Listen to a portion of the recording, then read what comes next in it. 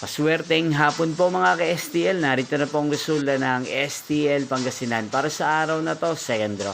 March 1, 2026, araw ng linggo. Naway ang mga natayaan nyo pong mga numero kanina ay manalo nawa ngayong hapong ito, 5 PM. Kaya kunin nyo na po ang inyong mga ticket. Narito na po ang resulta.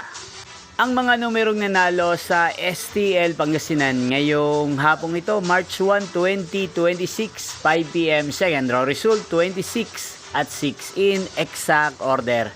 Again, 26 at 6. At ngayong hapong ito sa STL Pangasinan, atin pong i-shoutout si Ate Charmaine Ferrer at Ate Mayang Solomon na nanonood din po sa channel ko. Shoutout po sa inyo Ate Charmaine Ferrer at Mayang Solomon. Kaya hindi shoutout po natin si Kuya Ryan Ferrer na lagi pong nanonood sa channel ito. Shoutout po sa inyo. At sa lahat po ng mga taga Pangasinan, shoutout po sa inyong lahat. Magkita-kita pong muli tayo mamayang 8:45 PM para sa third draw result ng STL Pangasinan.